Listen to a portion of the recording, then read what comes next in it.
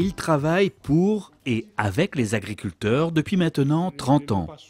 30 ans, l'âge de raison, mais surtout d'action pour l'Armée Flore, l'Institut agricole reconnu officiellement depuis 2018 par le ministère de l'Agriculture. Donc on est aujourd'hui un institut qualifié, au même titre que d'autres instituts en métropole. On est 18 à être qualifiés sur le territoire. Et cette qualification, ça montre notre pertinence scientifique, notre capacité à répondre aux besoins des agriculteurs tout en donnant des résultats scientifiquement prouvés et aussi efficients sur le terrain.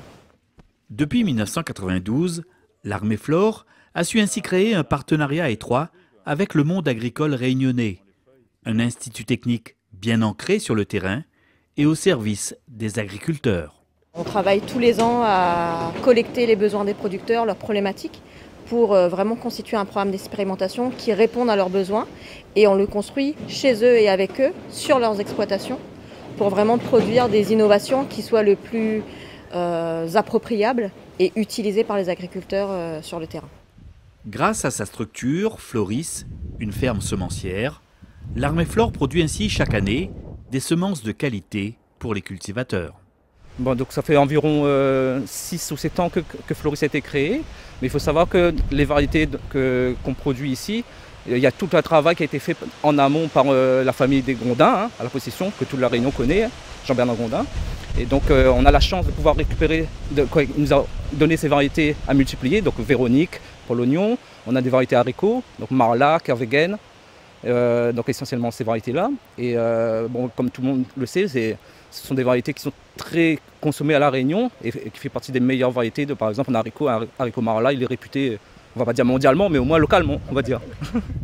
On produit essentiellement tout ce qui est allium, donc ail et oignon, donc avec des variétés qui sont adaptées pour l'île, qui sont faites pour les producteurs, donc qui permettent de garder un patrimoine et tout un héritage important pour l'île.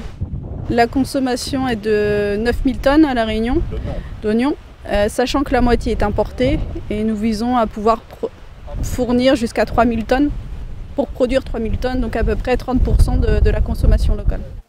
Fournir des semences locales certifiées, mais également accompagner les agriculteurs dans la recherche de solutions pour leurs exploitations. Producteur de tomates au tampon, Jean-Luc Robert est confronté depuis quelques années, comme beaucoup d'autres, à un nouveau ravageur des cultures, la tuta. Oui, les attaques visibles tuta.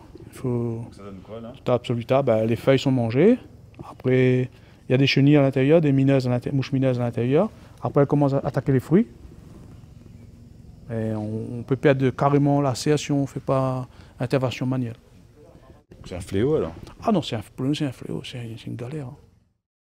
Et donc là aujourd'hui, voilà encore un défi pour les chercheurs, les techniciens de l'Armée Flore, c'est trouver une solution pour vous. Ouais, trouver une solution locale adaptée à notre environnement, à nos types de serres confinés et avec tous les insectes qu'on a déjà ici. C'est ça le souci.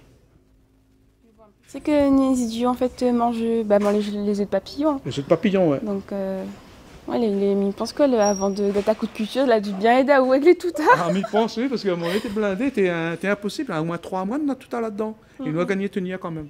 Ok. Tenir.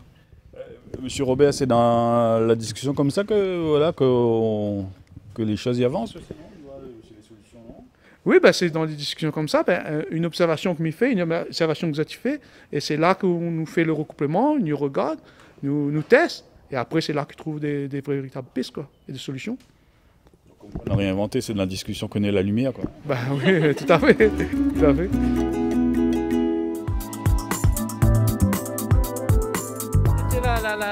On appelle ça la serre Armée Flore parce que c'est les premiers essais de tomates que l'Armée Flore a fait sous cette serre.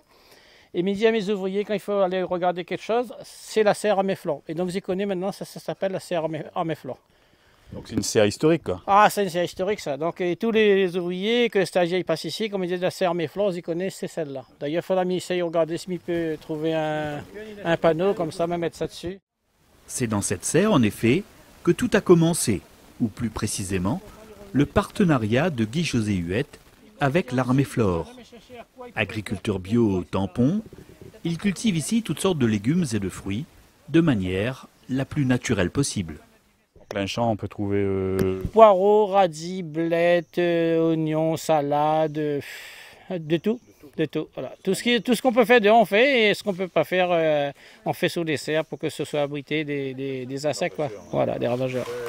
Pas de pesticides de synthèse. Ici, les ravageurs sont contrôlés principalement par des insectes auxiliaires, et ça marche. Nous, ça fait maintenant quasiment 10 ans qu'on travaille avec Guy, et on a vu son exploitation changer et évoluer, et c'est vrai que on voit des équilibres qui se font. Par exemple, là on a chez Guy, c'est super intéressant parce que là ce qu'on voit, c'est des pucerons en fait qui ont été parasités par un champignon. Donc ça c'est vraiment typique de l'exploitation de chez Guy, on voit pas ça partout. Et voilà, c'est des équilibres qui se créent naturellement en fait, c'est des choses qu'il n'a pas intégrées, qu'il n'a pas ramenées, et voilà, ça se fait tout seul, et c'est ça qui est vraiment très intéressant, qu'on va pas forcément voir sur notre site d'expérimentation, parce qu'on a beaucoup moins de diversité en fait. Et chez Guy, il y a tout le temps des cultures, et toujours des cultures en fin de vie, des nouvelles plantations, etc. Et cet équilibre se fait. Bon, mes parents c'était agriculteurs, mais dans la canne, et bon, on l'a pris par moi-même, et puis bon, à un moment donné, quand il fallait passer à la vitesse supérieure, il fallait avoir des produits sûrs qui sortent aussi, quoi. Là, il faut plus jouer. Quand on a 4 ouvriers à payer, il faut que les produits qu'ils plantent ils réussissent. Donc c'est là que mon rapprochement un peu de l'Arméflore, que la fait des essais, la demande des variétés, la conseille à moi un peu sur la façon de le faire, que les autres, il fait les autres qui ne ressemblent pas à moi, mais ils n'avaient pas la même altitude. Donc il permet de changer et de complémentarité un petit peu la façon de travailler, quoi. Nous, dans tout ce qu'on teste, on va mesurer les charges, mesurer les coûts. Et l'objectif, c'est vraiment que on fasse progresser les exploitations en termes de niveau technique. Mais l'objectif final, en fait, c'est d'économiser au niveau des charges, de gagner au niveau des rendements pour que le producteur gagne sa vie correctement.